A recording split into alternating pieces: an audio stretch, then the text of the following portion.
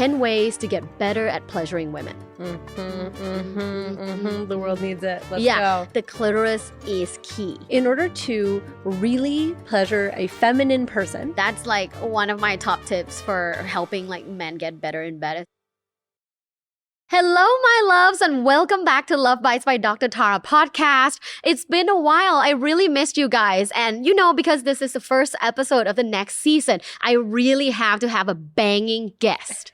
Hello, Caitlin. Hi. We have Caitlin V here, who is an international famous intimacy coach and expert who also has a TV show on Max called Good Sex, That's right. where you watch people have sex and give them evaluations. True. Yeah. Isn't that great? It's a career highlight for sure. Yeah. You guys should go watch it. Welcome back. Thank you. And thank you for kicking off the season with me. Congratulations also. Yeah, thank you. And this season is all about 10 things about sex. And this particular episode is 10 ways to get better at pleasuring women. The world needs it. Let's go. And this is not just for men to listen or watch, okay? This is also like the women. It will be highly educational for you too. Yes, because women especially, we need more examples of what pleasure looks like and how to get there. Because if we're just on our own trying to figure it out, like, we have a limited range of creativity. So I think one of the biggest gifts that you and I give to the world is inspiring people with new ideas on their pleasure. Exactly. So this is great for everybody. All the guys, if you're listening and inspired, definitely apply this knowledge. All the women, listen to this, learn about your body and yourself, and also share it with the men in your life. Not just your partner, but like just people in your life. Yeah, really important, actually. The more that you can advocate for yourself and your pleasure, not just within your own bedroom, but like understanding that the people around you are just waiting for you to open up those conversations. Yes. And they are going to benefit so much from the work that you're doing too. Period. Okay, so 10 ways to get better at pleasuring women. Should I get us started? Yeah, get us started. The very first one is you have to understand that women take longer to orgasm than men. It's just the fact of life. And I think we know that on one level, but just because we get that intellectually doesn't mean that we actually get it when we are in bed with our lover. Right. And myself too. Sometimes I can get that little voice in my head that's like, oh, you're taking too long. And then I remind myself that actually, statistically, it's probably been like 25 minutes. I'm well within average time. Even if I take 15 more minutes to reach orgasm from here, I'm still within average time to reach orgasm. Like, why am I having that conversation with myself? But I think it's something that we can feel a lot of pressure around. 100%. As women, I think we were taught to be people pleaser. Since we were young, like, be nice, be kind, don't, ask for too much. Come quickly. Yeah, come quickly. Yeah, don't be an inconvenience, get to orgasm. What I struggle with sometimes is when my partner goes down on me. That's a struggle when I like, oh my God, is this taking too long? Right. That's when the time duration comes in of like, I don't know, if we're playing music, then I'm counting like how many songs.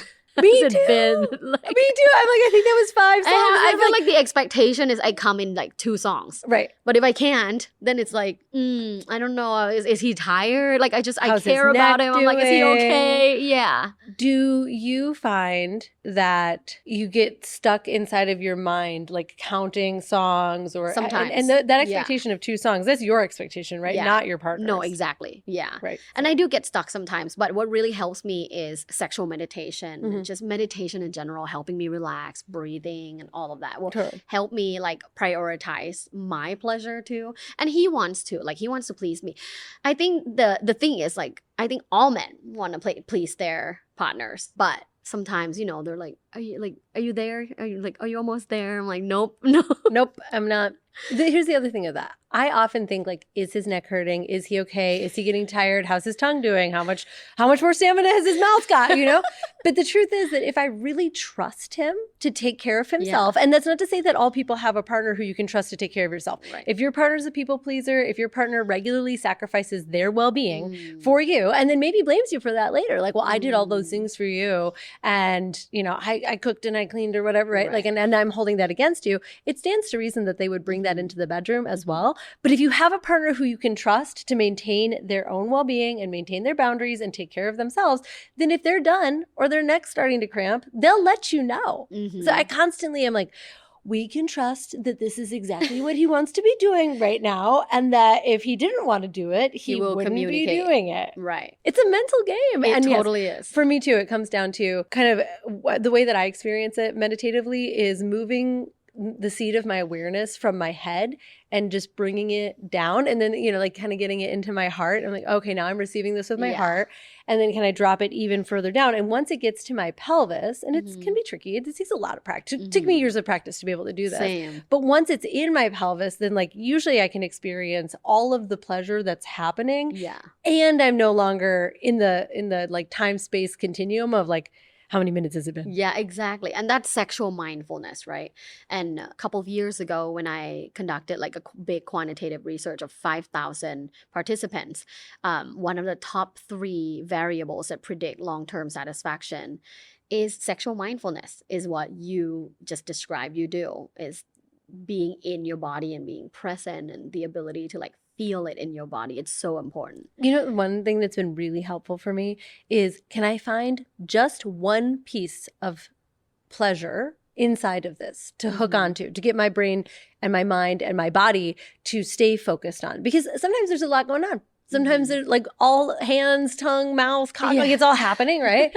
And especially during oral sex, I can be thinking a whole bunch of other things. Even maybe I'm thinking like, oh, I kind of wish he was hidden a little bit more to the left. I will ask myself first, before I even communicate that, what can I find pleasure in this moment? What can I find pleasurable right now?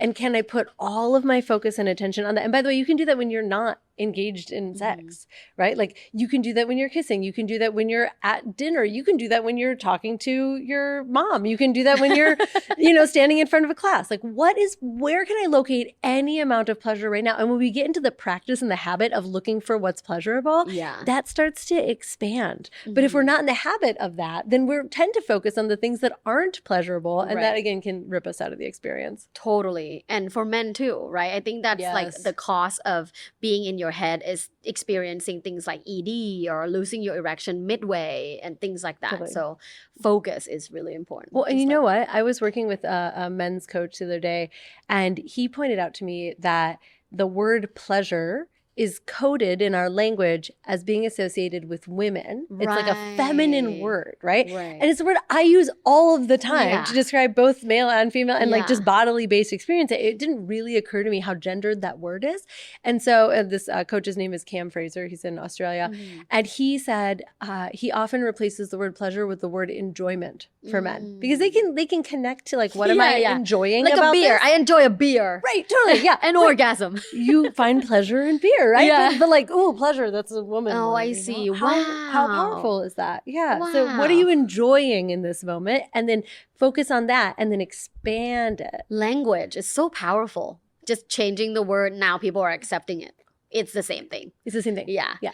Talking about staying focused, I've been drinking Magic Mind. This is my 3rd day on a 7-day challenge. And this is like a mental performance shot. So you can mix it with, I mean, I usually mix it with matcha. I don't have my matcha right now, but you can mix it with anything. You can also just drink it as a shot. You can take a little sip, whatever you want to do. But it helps you with mental clarity, focus. You just feel like sharper. And when, you know, you have so many things going on, like I have 4 jobs. You do too. You do the most, though. No. You honestly, you do the most, and it's amazing. Every time we catch up, I'm like, and that? Really? Incredible. So congratulations. It's definitely a lot going on. However, this really helps calm me down, helps me with energy. It's like not jittery energy, which is really important because we all can get jittery with a lot of coffee. Sometimes I'm guilty of having like 4 cups of coffee, which is really not good for you. Yeah. So I really love that Magic Mind is more like sharp, focused energy and not about like the jittery caffeine. And let's be real, coffee doesn't have vitamin C and vitamin D and niacin and B12 and electrolytes. This has sodium and potassium in it. I'm just looking at this for the first time right now. In addition to a whole bunch of what looks like adaptogens. Like, I am so guilty of using coffee to fuel myself to get all of my things done. But if we're honest, it's kind of like a fossil fuel. Like, it's not a clean, healthy, burning fuel. Energy. No. Yeah. This is clean energy for sure. And they have a limited offer you can use now that gets you up to 48% off your first first subscription or 20% off one-time purchases with code ByDrTara20 at checkout. You can claim it at the link in the episode description. Yeah. How are you feeling? Well, I'm mentally hoping sharp. I'm hoping this will counteract the fact that I ate a waffle for breakfast. I try to not start my day with like a whole bunch of carbs, but I couldn't. Sometimes we do. A gluten-free corn waffle is so good. It's a weekend.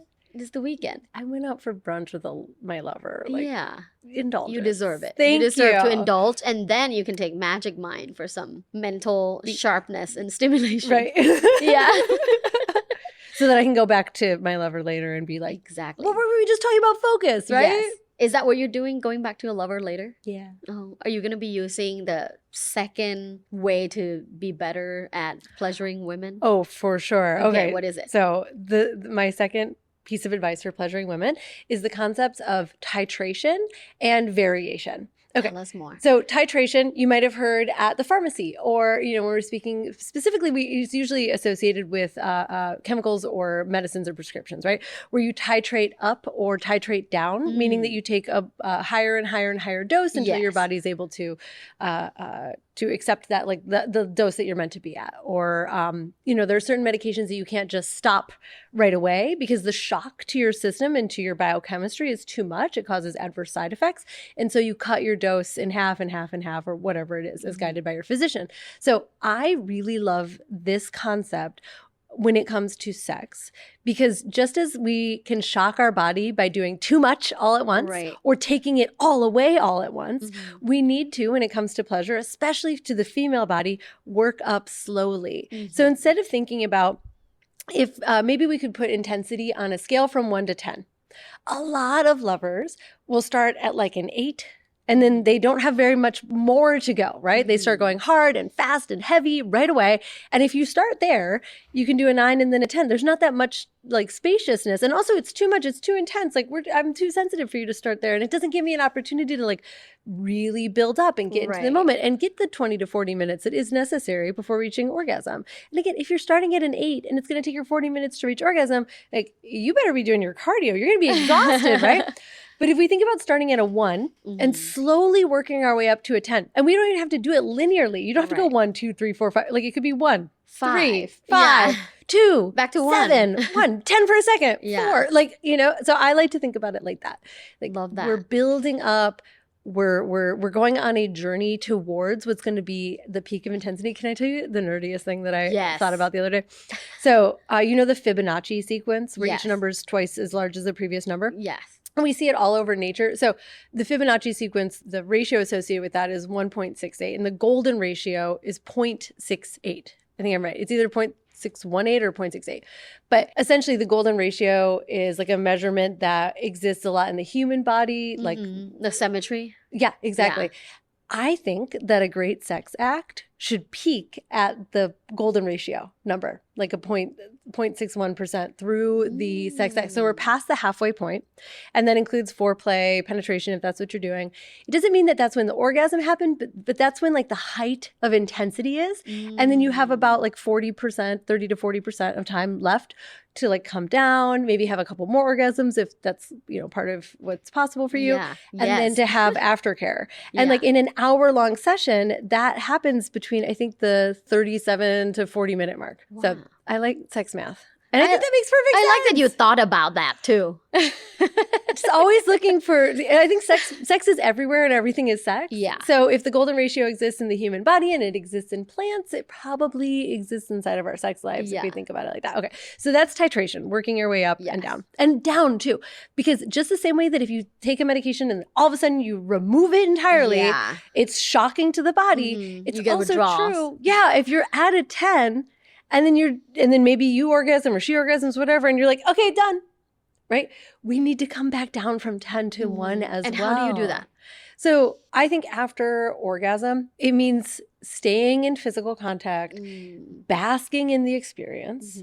Like maybe if I've already had one orgasm, it means going for additional orgasms, but it's sort of moving towards less intensity. And for me, usually after having one orgasm, the next one requires less physical intensity anyway.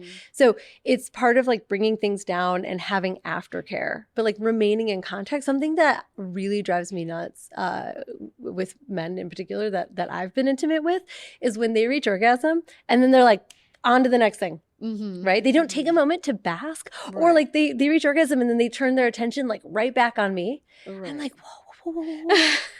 Can I enjoy that for a moment? Like I would like to take in that you just had an orgasm. Yeah. So bridging, like building up and building back down. Oh, I love watching my husband orgasm. It's like the best thing. We talked about this in our first episode together. Like it's so the great. Male orgasm, ejaculation, like the whole thing, the face that you make, the sounds that you make, like physically getting to watch ejaculation occur. It's like so amazing. It feels so good. It feels validating. Like we did that, you know? Yeah, totally. Don't rob me of that experience. Let me have that experience and then like hang in that moment with me. And you know, when we talk about like the scale from 1 to 10, it doesn't just mean physical intensity. Right. It could mean emotional intensity. It could mean the intensity of dirty talk. It could be the energetic intensity that's existing between us if we're playing inside of that space. But like, don't just cut it off and don't just jump to the most intense part. Like build the journey up and down. And then the second part of that is variation. And that's what I mean when I say doing it nonlinear. Instead of 1 to 2 to 3, go 1 to 4 to 2 to 7 to, right? Keep it interesting because clitorises and vulvas need a degree of predictability in order to reach orgasm, right? Yeah. But the whole journey on the way there, especially if you're not, you know, if it's a quickie and you're going straight to orgasm, okay, fine. Right. But if you have any amount of time at all, play with varying speed, pressure, and like the direction. Play with up and down and left and right in circles. Play with how hard you're pressing. Play with how quick you're moving. Like even if that's not her absolute favorite sensation, great. Let her get further away from orgasm or plateau and then add more sensation on top of that. And that way you're building to a larger and larger orgasm. I love that you're already talking about the clitoris because my next point is that the clitoris is key. And I can't tell you how many guys that I have slept with that were like not touching my clitoris at all, like not even close to touching it. And to me, it's like it should be public knowledge already. Like everyone should know about this, but yet like it's either you don't know or you don't care or you don't prioritize it enough to apply. Or maybe they don't even know how to approach it. Right. I feel like sometimes there's a lack of confidence around how to engage a clitoris. And then just ignore it completely. They just do nothing. Yeah, like, oh, I don't know how to do this, so I just won't do it at all. But the clitoris has over 10,000 nerve endings. And I don't know how many times I have to say this, is like, it's actually for most women a lot easier to come clitorally than vaginally. Right. So if you skip the clitoris, then you're skipping like a whole entire like orgasmic episode for her. And actually when you get really good at stimulating the clitoris, you become a better lover. Like just immediately, she will perceive you as like a better lover because she's able to have clitoral orgasm from the get-go with you. Right. Yeah. She's going to be more likely to want to come have back sex and have higher sexual desire again. Right? Because we know sexual desire is attached to the quality of sex. So if she's not coming, she's not going to have sexual desire. Right. Like when people are like, oh, my wife has a low sex drive, maybe she hasn't like just never came. Right. Like having sex. Right. That's why she doesn't want to. She doesn't people want to do things that are pleasurable. That's why they want candy or cake. Period. Or muffin, right? Like, yeah, it's pleasurable for them. So if it's pleasurable and fun and great, why wouldn't they want it again? You know what else I was thinking of? So the clitoris has 10,000 nerve endings. It's the analogous tissue to the penis, right? So it'd be like having sex only with your testicles or something. Like you're probably not going to get off. Some people like it, but it's not going to. Most people like their cock to be stroked too, right? Right. But the penis, I want to say, has like maybe 2,000 to 3,000 nerve endings. Don't quote me on that. Less. I haven't looked at the number. Even less. So isn't it interesting that that amount of nerve endings spread out over a way larger area is more likely to reach orgasm in less time than a whole bunch of nerve endings in like a really small amount of area. Yeah. And I wonder, how much of that is evolution because it's beneficial for men to be able to reach orgasm. Like women don't need to reach orgasm in order for children to be born, right? And how much of that is cultural conditioning that like men are told over and over and over again, it's easy for you to reach orgasm to the point where we believe it. And we're told that it takes a lot of effort and difficulty for us to reach orgasm, which doesn't have to be true, but we believe it. So I think it's a little bit of both. Like there is evolution there and there's cultural conditioning and there's, each of our individual preferences, but it's so wild that like more nerve endings, smaller area, way more powerful, extremely powerful. So powerful. Yeah. And the way to reach orgasm. It doesn't make sense. Like you think less nerve endings, larger area, harder to reach orgasm. Look at that. Make it make sense. Yeah. So make sure that you pleasure the clitoris. Extremely important. On that note, my next tip is when she is getting close to orgasm, do not change anything. Please don't change. Like whenever in the past, when I tell my partner like, oh, like I'm almost there, he will like immediately do something else to like change it up. I'm like, why? And I totally get it because like I even hear myself being like, my breathing is intensifying, my moaning is intensifying, like my entire expression is getting stronger. So I understand why you might want to meet me there. Why you might be like, oh yeah, stronger. She wants it stronger because she's getting faster, right? Like, but no. What I want is the exact same thing. Right. Don't change at all. And I was thinking about this in terms of this toy that I can't talk too much about that I've been working on, but what I'll say is that it has the capacity to change throughout. So it's essentially like keeping a beat. And sometimes, as we know with music, like the beat drops or it comes back in or it changes, right? And I have the hardest time reaching orgasm with this toy unless the beat is consistent. And so I have to, if I'm going to be masturbating using a toy that uses music, I have to pick a song that I know that the beat is going to, we have at least have like 16 counts or 16 bars of this beat, or else I might get really close and then not be able to reach orgasm. And I was like, it's exactly the same thing. Yeah. I'll share more details with you when I can. I know. I want to know more about this music vibrator. It's so cool. But I really, I'm like a very basic girl. When I use a vibrator, it's one function. I actually don't do the one that goes like stronger, lower, higher. Like I can't do that because I can't focus.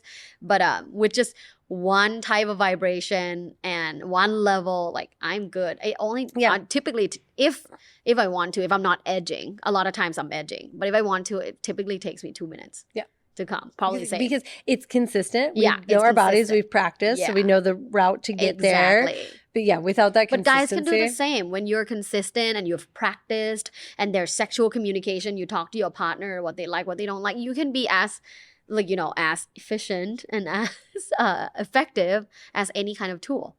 I guess guys don't want to be called tools, but I think sometimes they really do. Oh.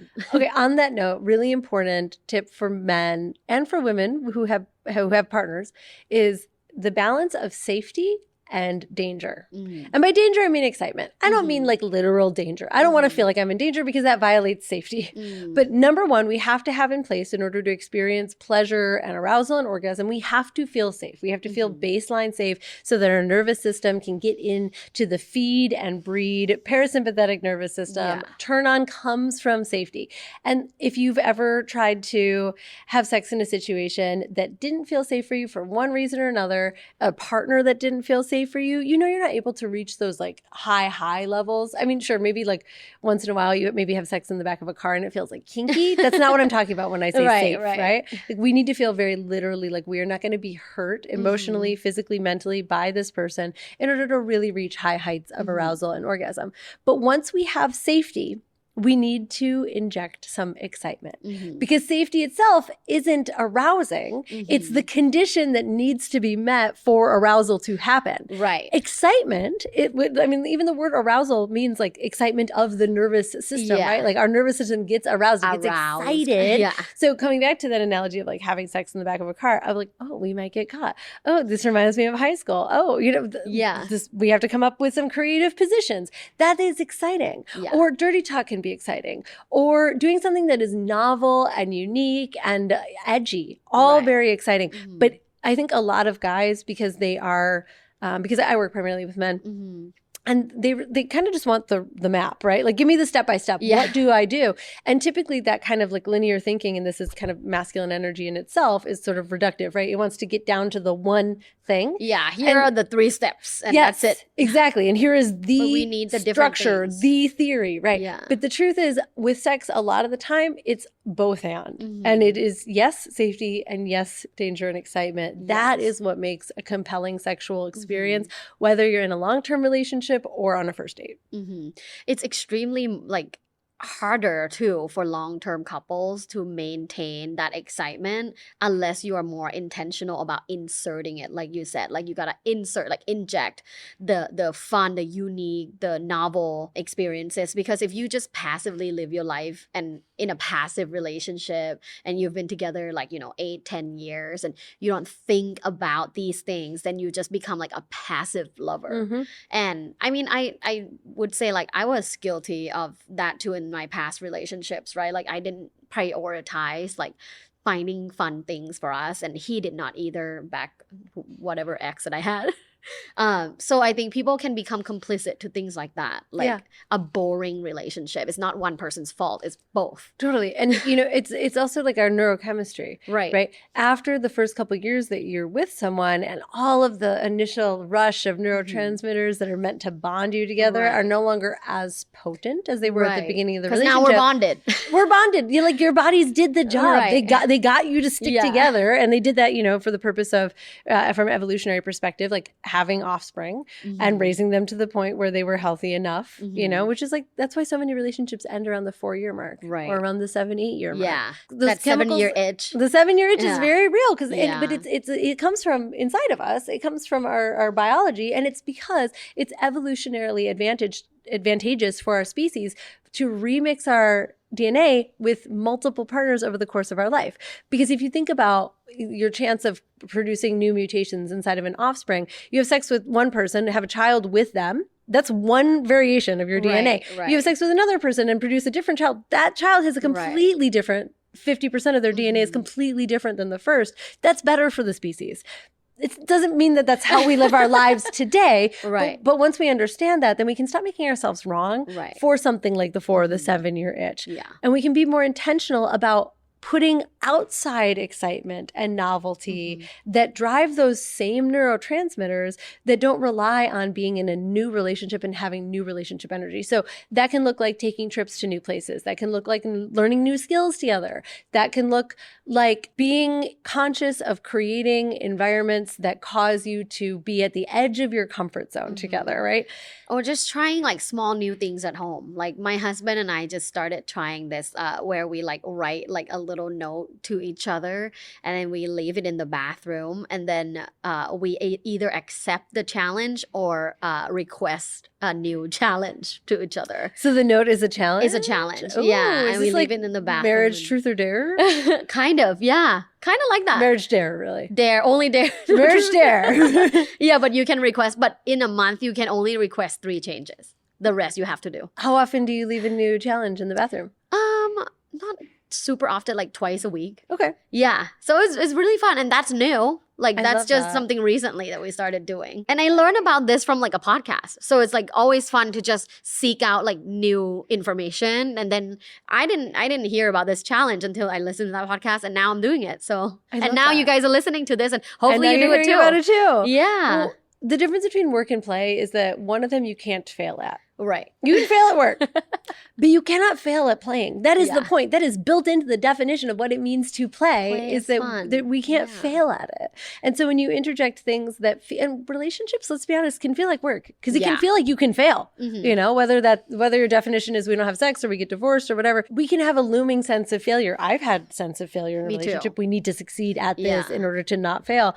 But if we're playful, like we're leaving challenges and we put a little caveat that you can request amendments on 3 of them. Like to me, that sounds like the rules of a game. Yeah. And the game is something that we play. It's fun. Yeah, it's fun. Well, you were talking about safety, and I can't go away without mentioning MyONE condoms, because safer sex is the best sex. There's no better feeling than knowing that we're being safe. So safer sex is important, and MyONE condoms is literally my favorite condoms ever. Not only because they have 52 different sizes. I mean, I don't think of any other brands that have 52 different sizes, but you can get your own custom condoms. So you can get this fit kit online on their website. Click the link in the episode description. You measure your dick, the length and the girth. Come on, Caitlin, show them the girth. What's your girth, Caitlin? What's my energy cock? This is My energy cock. I'm a solid medium girth. I think I'm like a 51 green. That would be the girth of my energetic cock. I like that. You actually introduced me to the One Condoms Fit Kit. Yes. And I had a lot of fun with it. So I actually guessed my partner. No, I didn't measure it because we were traveling at the time. But I took mine and I made guesses. And I was right on one and very wrong on the other. Oh, stop. Yeah. Oh, well, now I want to know which one were you right? Which one were you wrong? The length or the girth? Okay, so to say I was right was like I was close, actually, which is even funnier. Length or girth? I think I really messed up girth is where I think I was completely wrong. Measure your length and your girth and you put in the information online on the website, link in the episode description. Then you can just order your custom condoms. It will give you a lot more confidence to have the condom that fits exactly your penis. And also, I think it's just a baller move in general to like open your drawer and be like, it's okay, baby, I have my custom condoms. Yeah, like, thank you. Yeah. Wouldn't you think like if that was your partner, it would be so attractive? That is the equivalent of showing that you've put thought, care, and energy into selecting the sexual wellness products that really work for you. You didn't just go to the corner store and grab a box of Pick condoms. Up whatever. Because fit. Let's be honest, like that shows the level of effort that you put into it is you were willing to walk around the corner. Right. You know? And not that this requires very much effort. It really doesn't. They make it so easy. They'll send you free samples. Like it takes nothing. Like less than 5 minutes to order. Literally takes an erection. These, by the way, are those the ones that are made out of like graphene? Mm-hmm. They're so cool. Mm-hmm. The 52 different sizes though is a unique I think position for a brand because I don't think like Durex or any other brands have like 52 different sizes. And that's what I'm saying. If I see like, exactly a lover who has not just the perfect condom, but they have like maybe their favorite silicone-based lube and their favorite water-based lube and their favorite oil-based lube. And it's not just like whatever they sell at the grocery store. I'm like, this person cares not just about their experience, but my own. Right. That's hot. Yeah, that's hot. Period. You know what else is hot? Using a vibrator during penetration. I would say that's like one of my top tips for helping like men get better in bed is like don't be afraid of sex toys because like it helps women gain more pleasure and why not? Right. So for me, like using a vibrator during penetration is such a hack that I learned quite later in life actually. I didn't do it until like I was 30. Using especially like doggy style, like doing doggy while having a vibrator in front. Oh my God, amazing. And it's really hot when I think in a heterosexual situation, like the male partner pulls out a vibrator for you. It's like, really hot. You don't even have to ask super for it. Sexy. Yeah. Right? He's like, I've got you. He's comfortable and confident about his sexuality. He's not afraid of sex toys. Like he pulls out a toy and like incorporate it to like give you more pleasure. That's super hot. Well, to your point about doggy style, like your clitoris is not getting any action during doggy style. We talked about the importance of the clitoris earlier. In missionary, in cowgirl, especially if he's like angled up a little bit, like there's a little bit of rubbing, but still, it's not like consistent. It's not enough, but it is enough depending on how we're measuring. But in doggy style, or positions where the clitoris is not getting any sort of thudding, any sort of attention, adding a vibrator there, or like minimally a hand, but like especially a vibrator, can be the difference between having something feel good and having something be orgasmic. So I have another tip that specifically relates to the clitoris, which is the Hummingbird Technique. I want to know. I was sitting in my kitchen writing YouTube videos, and I was like, what? How can I explain a way of touching the clit that I haven't explained before? And then this hummingbird flew by my window, and I was watching it. And you know how if you can think about a hummingbird, my roommate once called them nature's drones.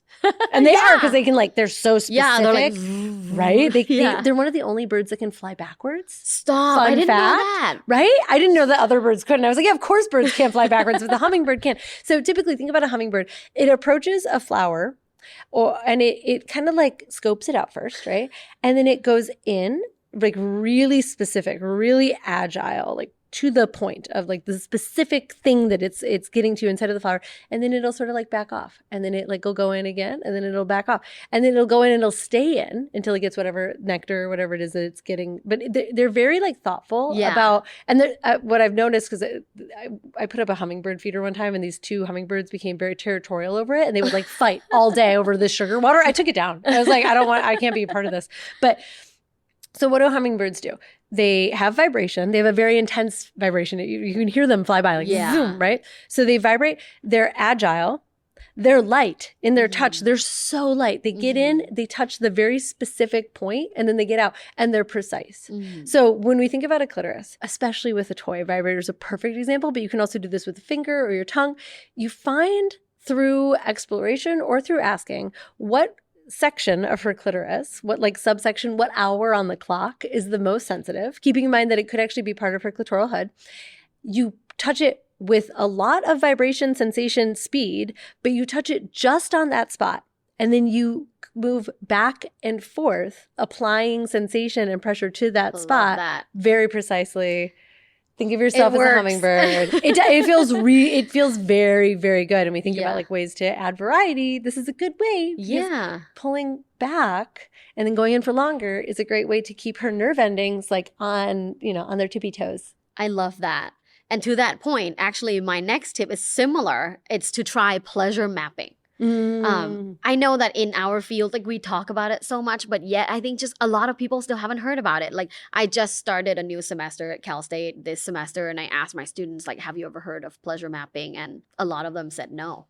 So for those of you listening and watching, if you already know it, amazing. I recommend you do it again. Because it's not something like you just do at the beginning of the relationship and like never again. Because people change. And you change through time when you get older. Like I know that there was a certain part of my body that I used to like that I don't like stimulated anymore. And people who have, who get pregnant, who have children, or maybe they have certain illnesses, like life change. So don't just do pleasure mapping at the beginning of a relationship and never again. Like continuously do them. I would say like once a year is a good mark, right? I love that. Also, it's a pleasurable activity to do. It's fun. It's a novel. Fun, different thing. Switch it up. Yeah. So what you can do, a very simple, like, I mean, you can obviously like search up, pleasure mapping document online where you can follow, or you can just like follow from the top of the head to your toes and massage in different areas and have your partner say yes, maybe, or no.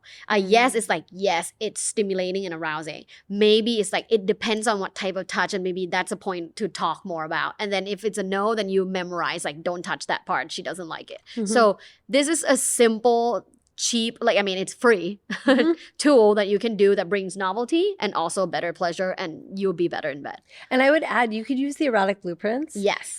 Which I have a whole YouTube series on the erotic blueprints. Yes. So the energetic, sensual, sexual, kinky, and shapeshifter blueprint. You can pleasure map head to toe with all of those different blueprints. Yes. You can go head to toe with just the energetic blueprint and then just the sensual blueprint. And you can be marking like, oh, the inside of her arms didn't really respond to the energetic blueprint, but they loved the sensual blueprint. Great. Now you have an extra layer of information. Yeah. I pleasure mapped my partner recently and then immediately forgot everything I learned. I took nothing. I was like so present that I just didn't capture any of the information. So I will have to do it again. I actually write it on my phone. I should have written it on my phone. So I'll have to be like, babe, can we pleasure map you again? For your enjoy. It feels good. That's the point. It's also for my edification. Okay, and my last piece of advice, and I think this is important to land the plane because this piece of advice is directed at men in particular, which is in order to really pleasure a feminine person, you have to also be in touch with your feminine side. Ooh. And I think when we say this, like, what do we mean? Like, get in touch with your feminine side. Like, does that mean paint your nails? No, I'm sure you have the specifics. Tell us. I have some really specific recommendations. So my first one is nature. Nature is inherently feminine. It changes. Mother nature, not father nature. Think about anything that like changes and is beautiful and like wants to be seen and experienced. Like that, we can think about feminine energy along those ways. So go to the ocean, go take a hike, go touch grass. These are all ways that you can like experience the beauty of Mother Nature. Like she cares for you. She's nurturing you. She's had you. She's cradling you from day one. Yes. Other ways to get in touch with your feminine side are to experience surrender as opposed to control. So one of the exercises that I give my clients is to go jellyfishing. And what I love taking inspiration from nature, obviously. So jellyfishing means that, you know how jellyfish, they don't really look like they're going anywhere. If you watch them at the aquarium, they're like, just like, and they've existed for like 1 trillion years. Right. And they have the most efficient movement of any animal on planet Earth. Then they're push, glide. Yeah. Like they're just perfect. Like they're even, and I have so many things. I just love jellyfish. Anyway, so my assignment to my male clients is go out into the world and just push and glide your way around without thinking about where you're going. Because men often are like, I got to go to the store. That's 2 lefts and a right. I'll be right back, right? But what if you jellyfished your way for a couple hours throughout the world and just saw where you ended up, right? So like surrender. Like an impromptu walk. Yes. Like no agenda. Goalless, agendaless romp around your neighborhood. And just see what happens. Let your senses guide you instead of your mind. So this is another way of getting in touch with feminine energy. And then also look for yourself inside. Where are the areas that you really like resist feminine energy? What are the things that maybe you find yourself secretly judging about women or maybe your female partner? Typically, those are things, if again, you look up feminine energy for yourself. We don't have time to give you like a full breakdown, but look for those areas that you maybe suppress or reject inside of yourself that your female partner, like maybe she takes a lot of time getting ready. She cares a lot about how she looks. She spends a lot of her power is exerted like towards herself instead of to the physical world around her.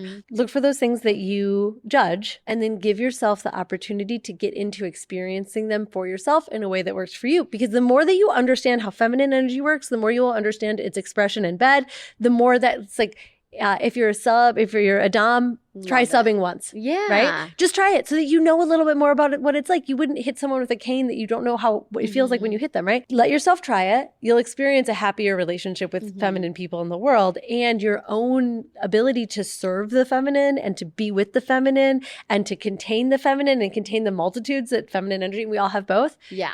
Will all be expanded and you will not just have a happier partner, but you will have a happier experience of your own fullness of life. Yes, go walk in grass. Touch grass, folks. Yes, touch grass. And my very last tip is this is super easy to do. And, you know, it comes from my clients and my followers talking about how like their female partners tend to have low sexual desire, and whenever I investigate, there seems to be like a lack of affection and romance in their relationship. And bouncing off of the conversation on femininity, I think like we need romance and we need affection.